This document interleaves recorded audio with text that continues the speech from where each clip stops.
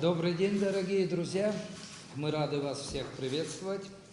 Вы знаете о непростой ситуации экономической и социальной, сложившейся в нашей стране.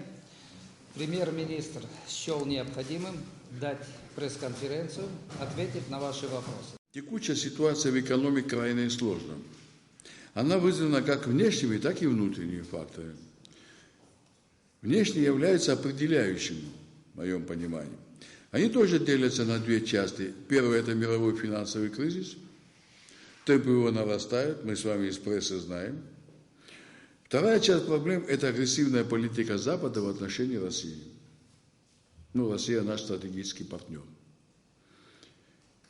Что это такое?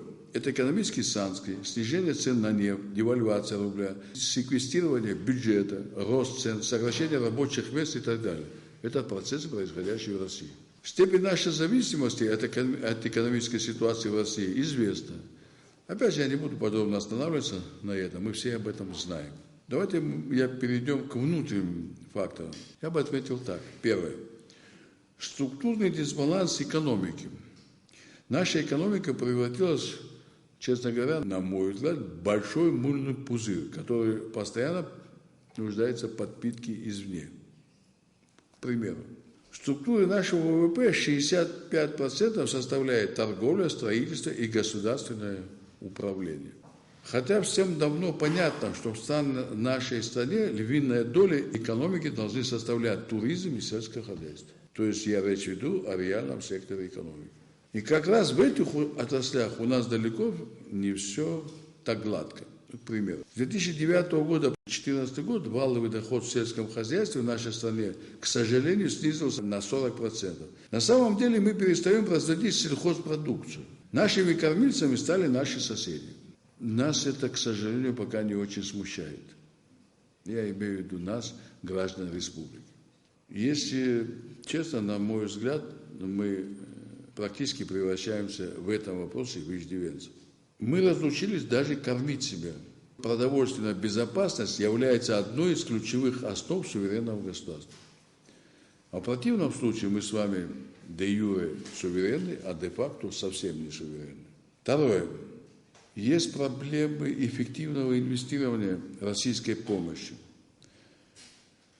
По разным причинам, но она за прошедшие годы в основном имела социальную направленность. И что у нас получилось? В 2010 году бюджет страны по собственным доходам составлял 2,7 миллиарда рублей.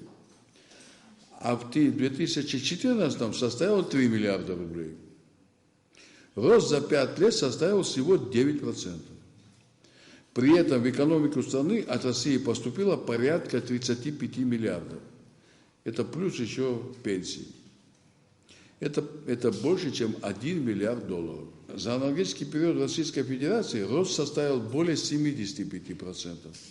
То есть экономика России росла быстрее Абхазии более чем в 8 раз. Мы развивались плохо в последние годы. У нас сложилась неэффективная система государственных предприятий. Из 100 существующих государственных группов и МУПов в эти организации были вложены сотни миллионов рублей, а отдача от них несоизмерима по сравнению с вложением. Хочу вам сказать, что они до сих пор приходят и говорят, дайте нам деньги на содержание, причем на текущее содержание.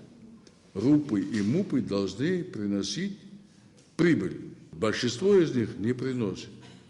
По разным причинам. Для того, чтобы с этим разобраться, мы попросили нашу контрольную палату провести ревизию. Это была наша инициатива. Самое неприглядное, на мой взгляд, то, что сейчас происходит в нашей стране, то, что наш народ стал значительно меньше верить государству. К сожалению, ситуация сложилась не из-за того, что народ перестал верить, в связи с тем, что чиновники так себя начали вести. Многие не хотят платить налоги. Что мы намерены сделать? Мы прежде всего своим поведением намерены, чтобы люди поверили в правительство и в государство. У президента, у меня нет личного бизнеса. Все руководители подразделений, ведомств предупреждены. Если кто-то хочет заниматься бизнесом, а это жизнь, то я как премьер помогу ему. Работать им министрам, председателям комитета и так далее не стоит. Это вопрос доверия нашего народа правительству. Что у нас на сегодняшний день происходит реально в экономике?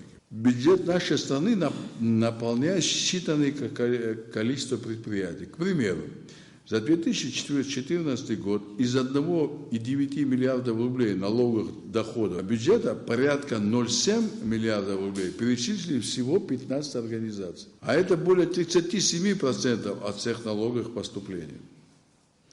Если проанализировать этот список, то среди них 2 сотовых оператора, которые действуют на нашем рынке. Это Вина и Воды Абхазии. 3 организации формируют 22% всех налоговых поступлений. Достаточно высокий уровень. Ну и остальные. Это предприятия оптовой торговли товарами народного потребления. У нас несколько этих предприятий, вы знаете. Рыцинский реликтовый парк, Черноморэнерго, 3 наших крупных гостиничных комплекса и компания Роснефть. Другая часть – это частный бизнес, который появился много лет назад. К сожалению, за последние годы мы не создали новых компаний, которые бы явились новыми точками роста экономики. У нас их просто нет пока. Знаете, я еще раз повторяю, все это сказано не для того, чтобы ворошить прошлое. Я это сказал, потому что это серьезно мешает продвижению вперед на сегодняшний день. Вместе с тем я хотел бы рассказать вам о положительных тенденциях, которые наметились в течение последнего года или 2015 года. Думаю, что если эта тенденция закрепится, то это будет серьезным вкладом в развитие нашей страны. Я напомню о налоговых поступлениях в бюджет республики, которые за 7 месяцев текущего года составили 1 миллиард 137 миллионов рублей, что больше показателей прошлого года практически на 200 миллионов и больше показателей 2013 года. Почему я вам назвал 2013 год? В 2013 году в Абхазии поступила российской помощи, и вместе с бюджетом это составляло 10 миллиардов рублей. Российская инвестиционная помощь в Абхазию в этом году еще не поступала. Меня радует также, что положительная динамика наметилась и во внешнеторговых операциях нашей страны. Абхазия, ее промышленный потенциал, прежде всего экспортоориентированная экономика. У нас узкий рынок. То есть, если мы только будем работать на внутренний рынок, это не может быть промышленное производство, это скорее мелкотоварное производство. Внешнеторговый оборот за 7 месяцев текущего года составил 11,5 миллиардов рублей, что на 2,3 миллиарда рублей больше прошлогодних показателей. Рост у нас не только в деньгах, рост и в натуральных выражениях. Например, мы налаживаем неплохие отношения, наладили, в реализации напитков. Вино я уже вам говорил. И другой продукции, которая здесь производится. Сегодня на переговорах в Крыму находится генеральный директор Абхазстроя. И если там все пройдет удачно, мы надеемся, что уйдет удачно, то заказы, которые мы можем там получить, позволят нам восстановить Бжевский домостроительный комбинат. Что важно для нас, что мы делаем в этом государстве? Вся наша работа и все наши шаги, которые мы предпринимаем, абсолютно прозрачны и открыты для общества. Нам нечего скрывать. Сейчас в заключительной стадии разработки находится постановление о государственных закупках, которые мы планируем утвердить в ближайшее время. То есть закупки будут осуществляться открыто. Их может принимать любая компания, которая представит лучшие условия. К примеру, закуп оборудования для внедрения системы учета паспортов и обеспечения оборудования паспорта визовыми службами мы уже разместили, и к нам начали поступать заявки. То есть никто никого не лоббирует в данном случае. В ближайшие дни будет объявлен конкурс на принципах частного государственного партнерства по внедрению в республике системы безопасных городов. Это делает государство в лице Министерства внутренних дел. Мы, конечно же, понимаем тяжесть ситуации в экономике, причинах, которые я уже вам сказал, и степень нашей ответственности. Так как речь идет о необходимости сохранения и развития государства в условиях кризиса. Это очень сложная задача. Для этого придется принимать непопулярные решения тоже. Это неизбежно. Но делается это будет в общенациональных интересах, а не каких-то политических групп. Мы приветствуем любые конструктивные предложения, в том числе и критические замечания в наш адрес. К нам приходят с разными предложениями. Ко мне приходят часто. Я даю вам слово. Мне все равно, кто приходит. За кого он голосовал, что он делал. На это мы не обращаем внимания. Интересует профессионализм и умение работать. Мы тем самым хотим не разъединять, а объединять народ. Но мы твердо уверены, что выйти из кризиса мы можем только совместными усилиями. Усилиями всего нашего народа. Речь идет не о борьбе за власть, вопрос стоит гораздо принципиальнее и сложнее. Речь идет, я как уже сказал, о будущем нашего государства. Благополучном будущем, которое, я уверен, и заинтересованы все наши граждане вне зависимости от политических взглядов. Были обнародованы результаты проверки счетной и контрольной палаты России и Абхазии. И что дальше, какие меры будут приняты? Контрольная палата, я думаю, что я это сообщаю вам как бы с гордостью, сделала нам предписание Кабинету министров. Я спросил, а вы делали какие-то предписания для этого? Нет, не очень. Предписания, у правительства есть фонд, который мы оплачиваем больных, учебу, нуждающих людей.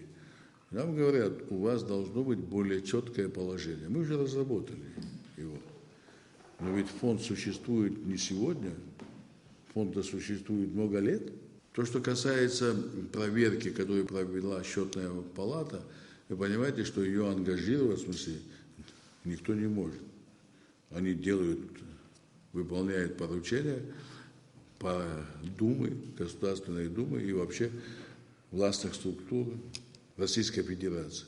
Есть одна цифра. 1 миллиард нецелевого использования и 600 миллионов неэффективного использования. Я не могу сейчас вам сказать, что это такое 1 миллиард неэффективного, есть ли за этим какие-то коррупционные схемы или хищения. Конечно, это требует проверки. Конечно, это будут заниматься контролирующие органы. Нам все компании расписаны, где это произошло и как вышло. Есть еще одна особенность.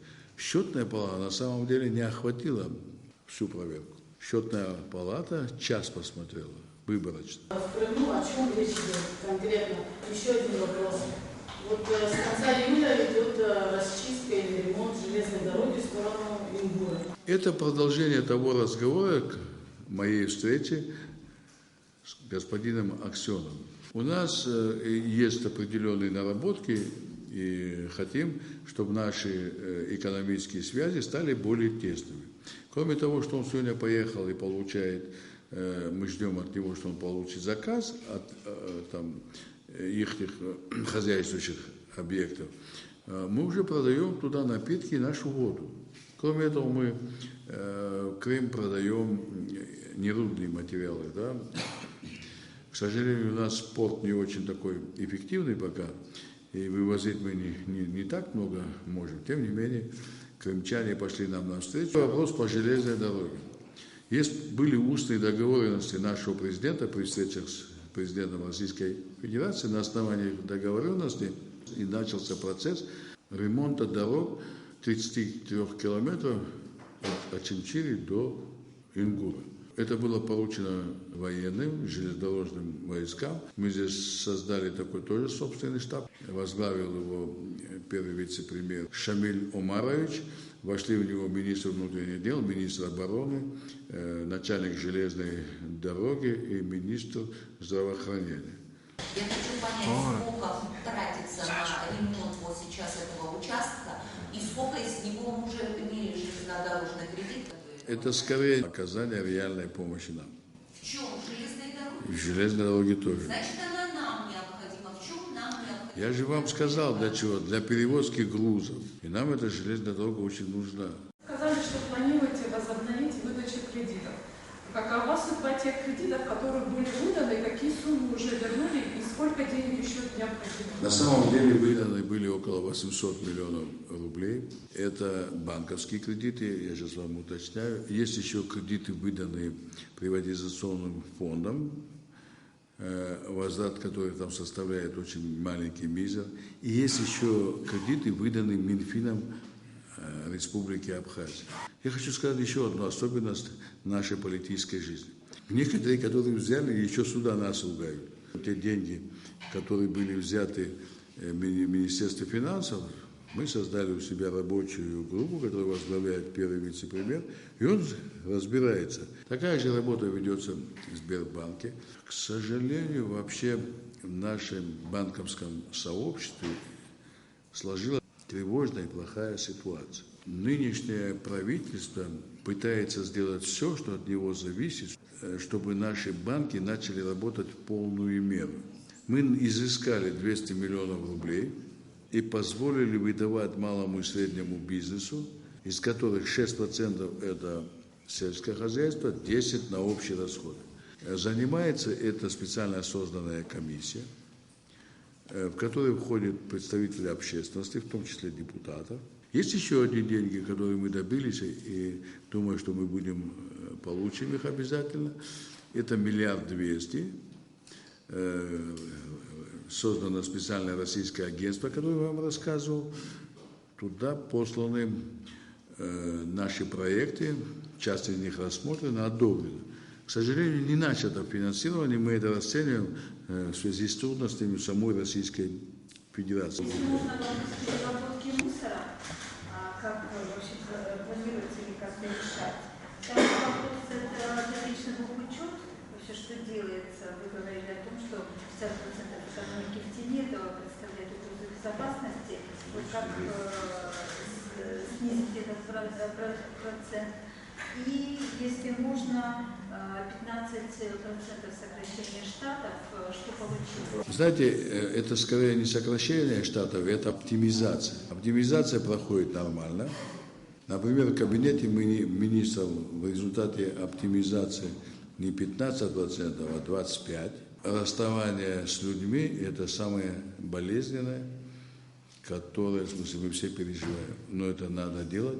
И, конечно же, если у нас сейчас было бы вакансий много, мы легко туда переводили. Надеемся, что будем увеличивать, в смысле, рабочие места, такая вот связана вот со всеми этими вопросами, в том числе надеемся, что инвестиционная программа предусматривает 15-17 год начнет работать, и мы тогда сможем рекомендовать тех людей, имеющих, конечно же, опыт работы в управлении. Это важный опыт. Теперь то, что касается бухгалтерского учета. Существующий бухгалтерский учет у нас с вами написан в начале 90-х годах. Тот бухгалтерский учет, который у нас существует, не полностью отвечает современным реалиям. Тем не менее, он действующий бухгалтерский учет. У нас 5 министерств в течение последних 5 лет не сдавали баланс. Это вообще, конечно, преступление, на мой взгляд. Во всяком случае, административно. Есть еще одна особенность. Эти 5 министерств, через них проходили заказы. Заказы по выполнению плана социально-экономического развития. Здесь еще вторая составляющая. Теперь для того, чтобы правильно дальше составлять балансы, когда они не составлены и там много может быть утеряно, оно требует дополнительных усилий. Чем занимается сейчас у нас министерство, наше министерство. Надо понимать, что сам мусороперерабатывающий завод достаточно фондоемкий, то есть дорого стоит. Государство наше не имеет этих денег. Надеемся только на сотрудничество с частными инвесторами. Такие к нам приходят, но пока таких продвижений нет, к сожалению. Сейчас очень актуальная тема о продаже недвижимости в Абхазии. Кто-то говорит хорошо, кто-то говорит плохо. Я бы хотела услышать все-таки, существует ли экономическое обоснование данного проекта и вообще вы являетесь сторонником и как вообще можно говорить о продаже недвижимости, если у нас нет земельного кадастра? Спасибо. Вы совершенно правильно сказали. Без земельного кадастра, в смысле, заниматься или решать проблемы недвижимости и продажи, это все взаимосвязанные, в смысле, вопросы. Какое мое отношение? На самом деле этот рынок недвижимости большой-большой тени.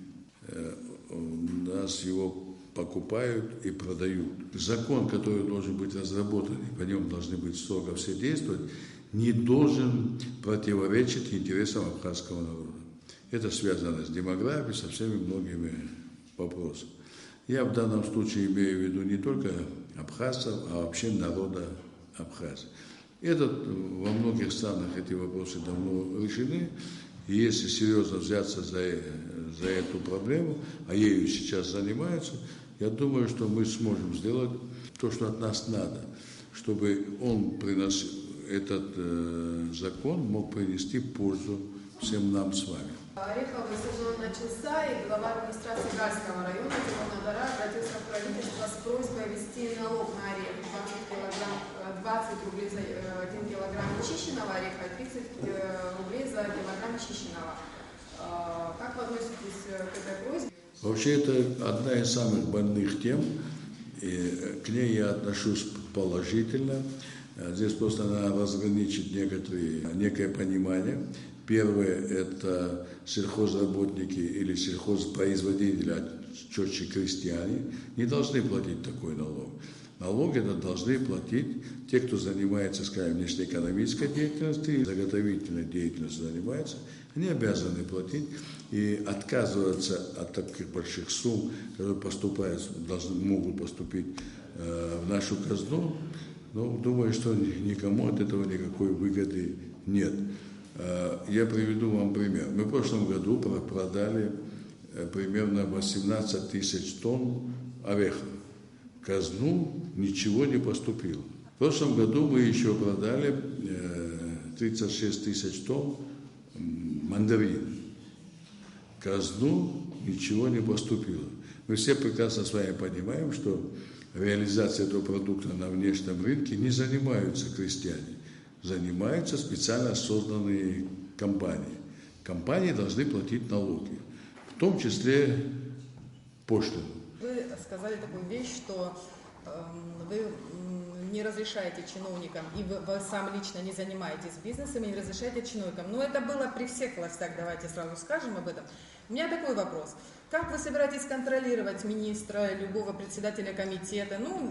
Себя лично вы тоже, конечно, можете контролировать, в том плане, что можно передать бизнес брату, жене, на детей оформить. И фактически чиновник останется в этом бизнесе, это косвенно.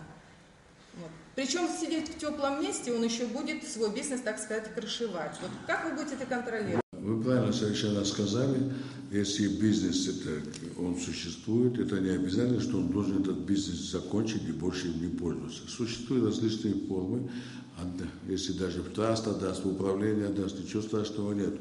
Главное, чтобы он не крышевал ничего.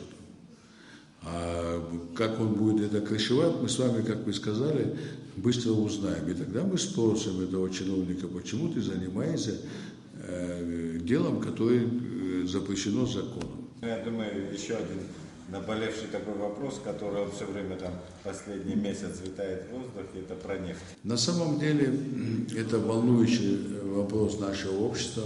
Да, часть хотят, часть не хотят. Тут кто больше, кто меньше, я на самом деле не проводил опрос, не знаю. Но из истории, в смысле нефти. Сегодня в Черноморском бассейне хотят добывать нефть. Турция, Грузия, Россия, Болгария, Украина и Румыния. Кабинет министров 1,5 месяца тому назад продлили лицензию на изыскание, разведку и добычу нефти. Это в рамках действующего законодательства, с одной стороны, потому что это в законе о недрах написано, как выдается лицензия. А второй вопрос, у нас нет оснований, в смысле, им отказать в одностороннем порядке. Я не хочу с собой не снимать ответственность, на себя брать какую-то ответственность. Договор подписан в 2009 году до 2057 года. Если сейчас Кабинет министров в одностороннем порядке откажется от принятых ранее обязательств, то это может вызвать достаточно серьезные санкции в адрес нас. Я вам говорил о 2 миллиардах денег. 2 миллиарда по железнодорожный кредит. Роснефть на сегодняшний день потратила 3 миллиарда рублей. Если представить себе, что Роснефть скажет, верните мне 3 миллиарда рублей. Это первая загрузка, которым я как пример, прагматик, практик должен посчитать и доложить нашему обществу, можем мы это сделать или не можем. Второй вопрос, это касающий наших имиджевых вопросов. Роснефть достаточно крупная организация. Если вдруг мы скажем в одностороннем порядке, мы разрываем с вами отношения и все, это тоже, в смысле, наложит на нас дополнительную нагрузку. И третий вопрос. Ну, тогда и наши партнеры могут, в смысле, принимать в одностороннем порядке решения. Но я должен, как пример, возглавляющий кабинет министров, действовать в рамках закона и подписанных нашего законодательства и подписанных договоров. Нам предстоят достаточно сложные, большие проблемы, решение которых не имеет, возможно, аналогов, потому что мы с вами сейчас живем и работаем в очень кризисной ситуации. Кризисная ситуация, я уже сказал, чем вызвана. И хотелось бы, чтобы мы с вами общаясь, наше общение с вами всегда бы носило корректный характер. Я не вас имею в виду, лично как присутствующих здесь, любой, кто пишет, показывает или рассказывает. Для того, чтобы в нашем обществе не возникали какие-то коллизии, которые могут привести наше общество в состояние, мягко говоря, нетерпимости, надо их избегать. Потому что нетерпимость, злость может привести к совершенно другим последствиям. И это самое опасное.